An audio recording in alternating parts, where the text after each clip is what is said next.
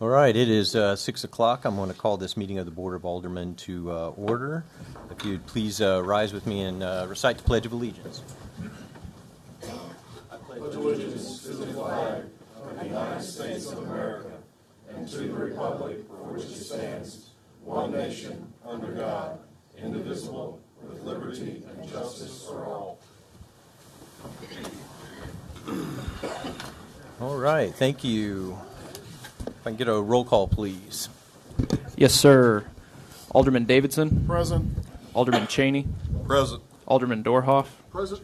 Alderman Milner. Present. Alderman Franklin. Present. Alderman Turner. Present. Alderman Mills. Present. Alderman Fouch. Present. Mayor Zaring. Present. All right, we have a quorum. Ceremonial matters. Chief. Get the fire chief.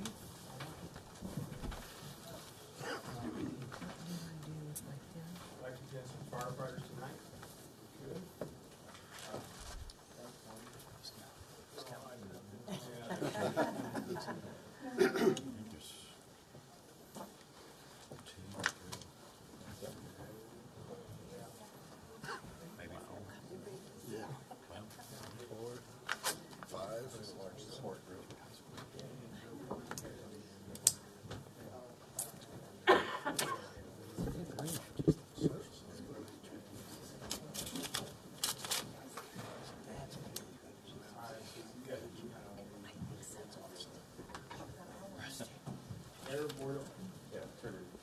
Mayor, Board of Aldermen, as a ceremonial matter, we have 3 firefighters that haven't been pinned yet. Hayden Odell, Brooke Trevino, and Caleb Cubicino. Not in that order. We got Brooke, Caleb, and Hayden here. And then Joe Parrish be promoted to engineer, and Katie, our first female captain on the since Harrisonville's come around, will be promoted to captain. Brooke's going to be pinned by her father, Brent. You guys just come on up here and stand up.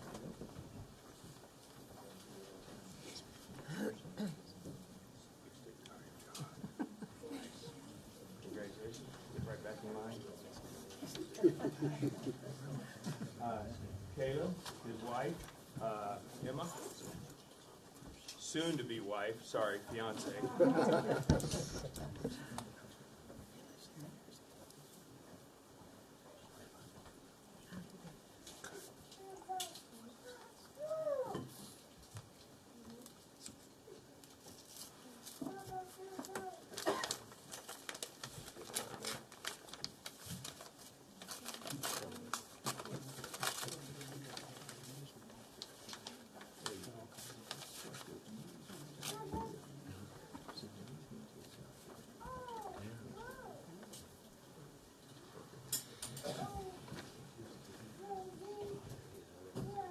Hayden, his mother Jill.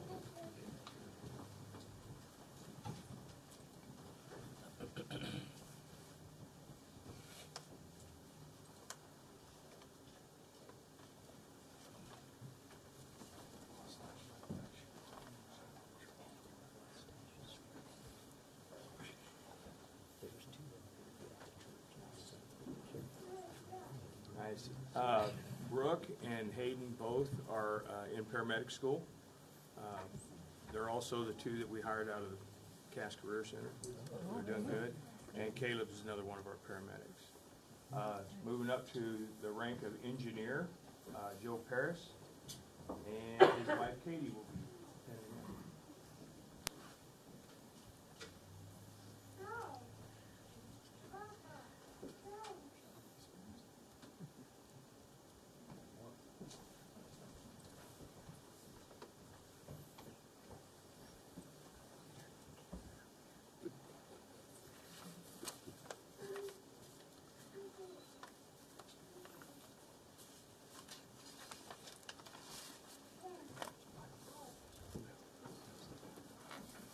Last but certainly not least, Captain Bailey, her husband Alex, who's also a firefighter, will be pinning her.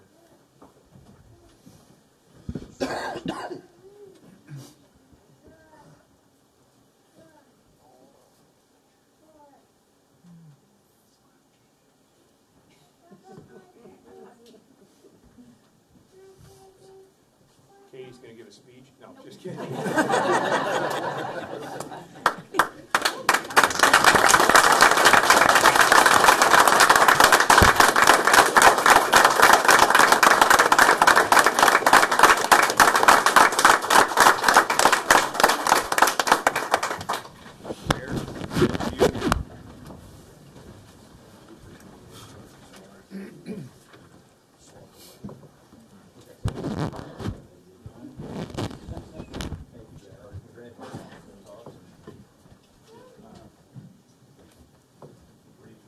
Who's taking pictures? I'm right here.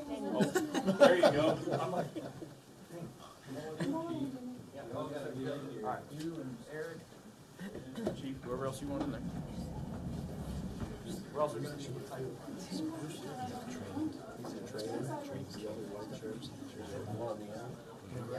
Yeah. 1, 2, 3, let's take a couple. 1, 2, 3, and one more. Thank you. Awesome. Thank you guys very much.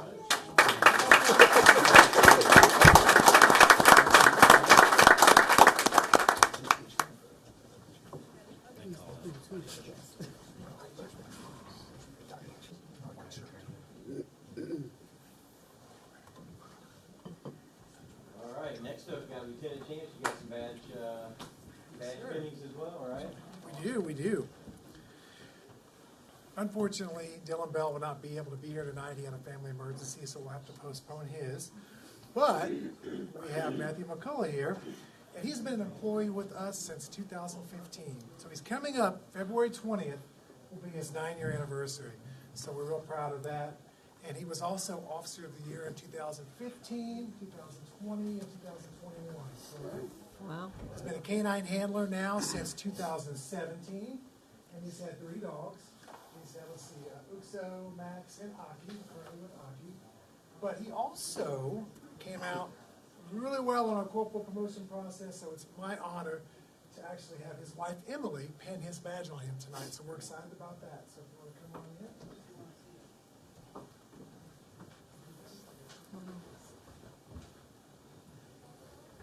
I told her it was okay if she stuck him a little bit.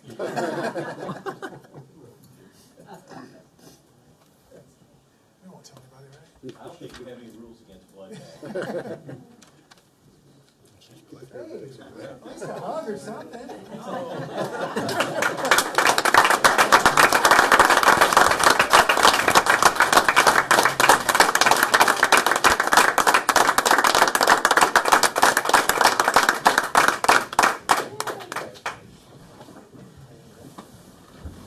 And he's done a great job mentoring our officers, and especially with canine and everything else. He's really big on narcotics enforcement and traffic enforcement. You know, Matt's been pivotal in everything that we do. But one of the neatest things is now he's going to be able to do that mentorship in a best, official capacity. So we're excited about that. But these are important people who want to get in the picture as well. So everybody squeeze in, and we'll do it as a unit. Act like you like each other. He does a great job. All right, 1, 2, 3, and begin. Thank you.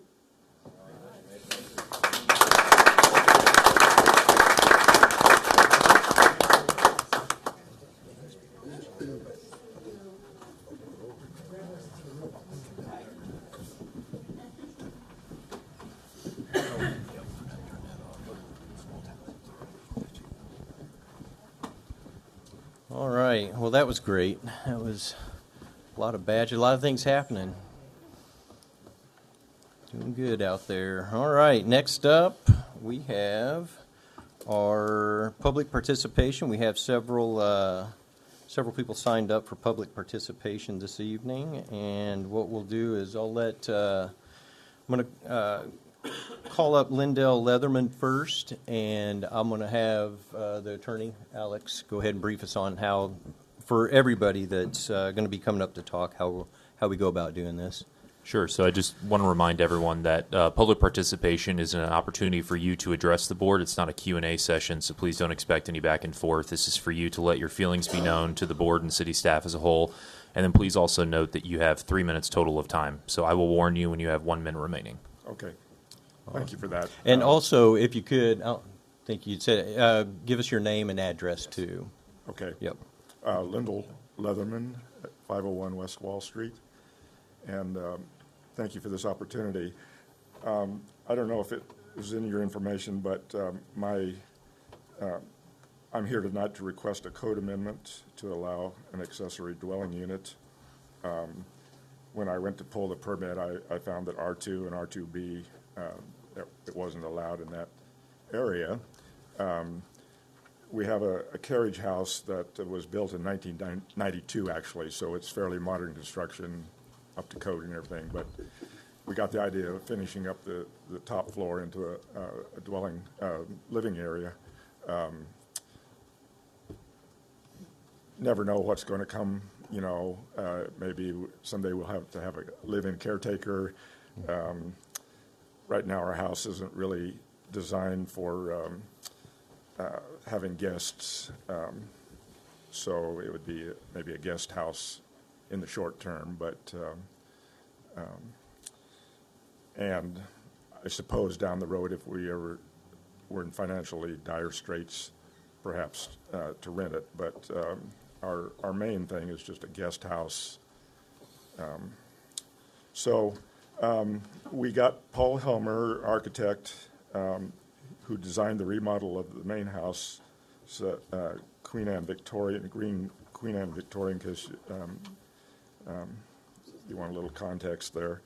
And he designed a floor plan and everything to keep it looking historic. But yeah, that's what we'd like to do. And I see it as a win-win if you would allow me to do this. Of course, it would be great for us, but it would pump some money into the local economy during the build, and then if we have guests, of course, they'll be 1 minute remaining. Spending money in Harrisonville, and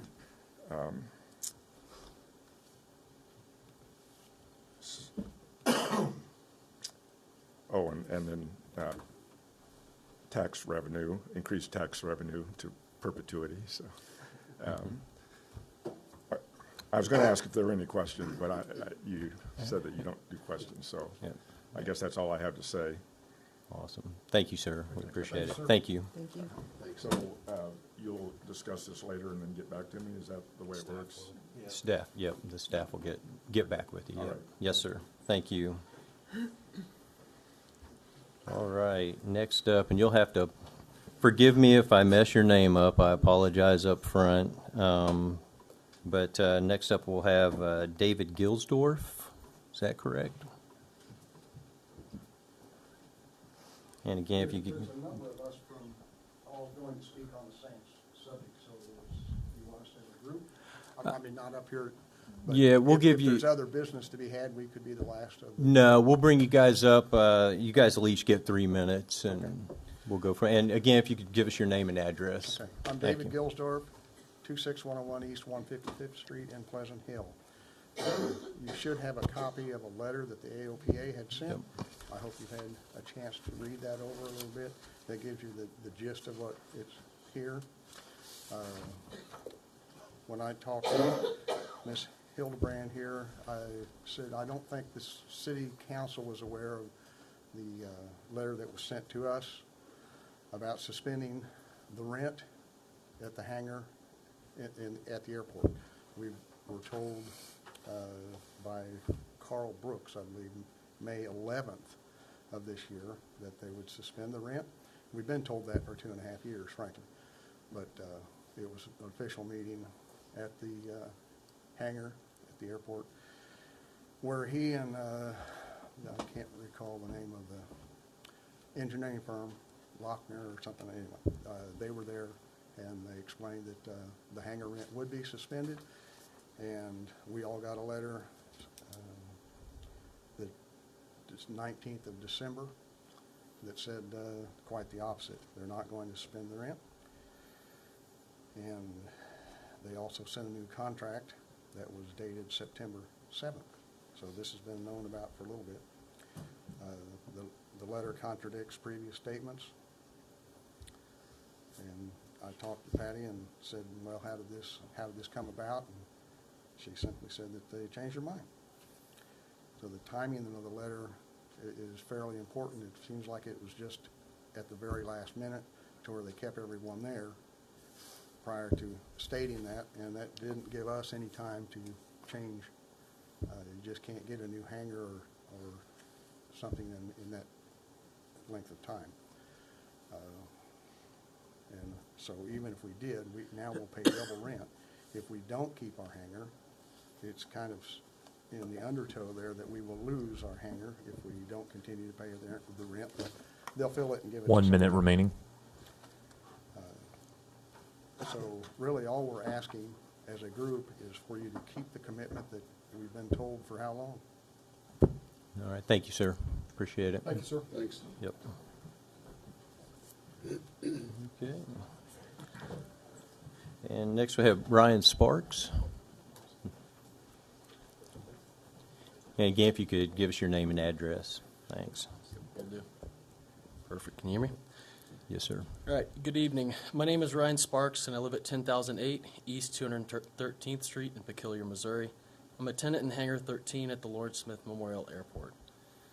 I'm an instrument-rated commercial pilot with single-engine land and multi-engine land ratings. I completed some of my private pilot training, my instrument rating, and a commercial single-engine training out of the Harrisonville Airport. I would like to start by thanking the City of Harrisonville for approving the 5% funding required to obtain the 5% state and 90% federal funding of the runway project. Airports are a vital piece of our infrastructure, and I know that the new runway will attract future growth, increase safety, and increase the number of overall local and transient operations. I'm also hopeful that the city will continue to make needed updates and safety upgrades, such as a wildlife fence and a taxiway, in alignment with the identified improvement plan. On Thursday, May 11th, 2023, a public meeting was held at the airport to discuss the airport project with the city and the design engineering representatives. We were happy that the project was moving forward, as multiple delays had pushed out the runway project by a year. During that meeting, we were directed by the previous Public Works Director and City Engineer that our existing contracts would remain in place throughout the project and rent payments would be suspended until the airport was reopened. On December 20th, 2023, I received an email from the City Accounting Specialist with 2 city ordinances and a runway closure notice. Contrary to the direction received back on May 11th, 2023, the closure notice stated, if you intend to move your airplane but want to continue making payments to maintain your contract, please let the airport manager know as soon as possible. Monthly billing will continue during the runway shutdown period unless you notify the billing office that you intend to cancel your contract and relocate your aircraft permanently. This directly conflicts with the direction given and places a hardship on many that are relocating, as we'll be forced to pay for the facilities we move to, as well as the hangars that we cannot use for the intended purpose of storing aircraft between flights to and from the airport. Ultimately, our options are slim, as we can either pay for hangars we can't use or lose our hangars, even though most have no desire. 1 minute remaining. In addition to notifying tenants that the city is reneging on their word, the project was also moved up by a month, giving some even less time to make proper accommodation. To top it off, after